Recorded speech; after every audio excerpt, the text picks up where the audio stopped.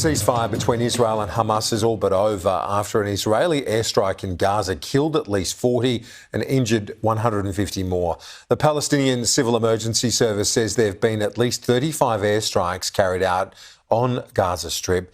Prime Minister Netanyahu has ordered extensive strikes on Hamas targets, accusing the group of refusing to release hostages. A senior Hamas official has told Reuters that Israel has unilaterally ended the ceasefire agreement. The White House has confirmed to Fox News it knew about the strikes before time.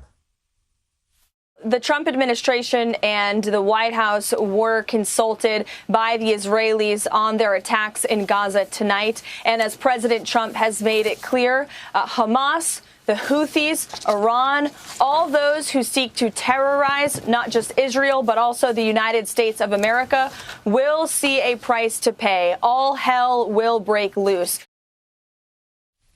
Let's get some more now from our affiliates at Fox News with their reporter Trey Yingst.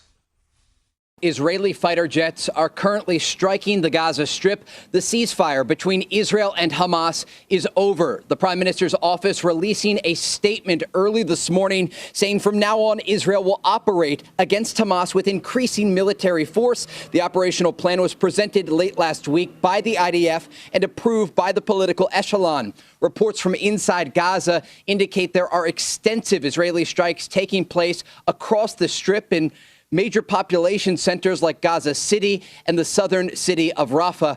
As this story progresses, we will continue to find out more information and determine whether or not Israeli ground forces are involved. But remember, this comes after a nearly 2-month ceasefire that went into effect in mid-January and saw dozens of living hostages freed from Hamas captivity. President Trump's Middle East envoy, Steve Witkoff, has been working overtime in the region, ferrying messages back and forth, not only between Tel Aviv and Washington, but also in cities like Doha and Cairo.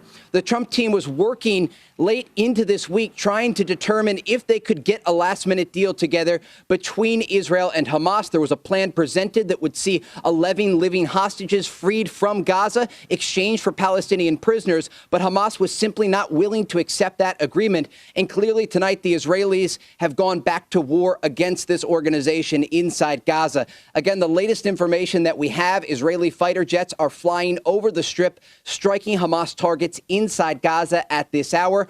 And Israel's Home Front Command, responsible for communicating messages of emergency to the civilian population here in Israel, says that all schools near to the Gaza border have been closed tomorrow as they are warning the civilian population about the possibility of Hamas and Islamic Jihad rocket fire coming from Gaza.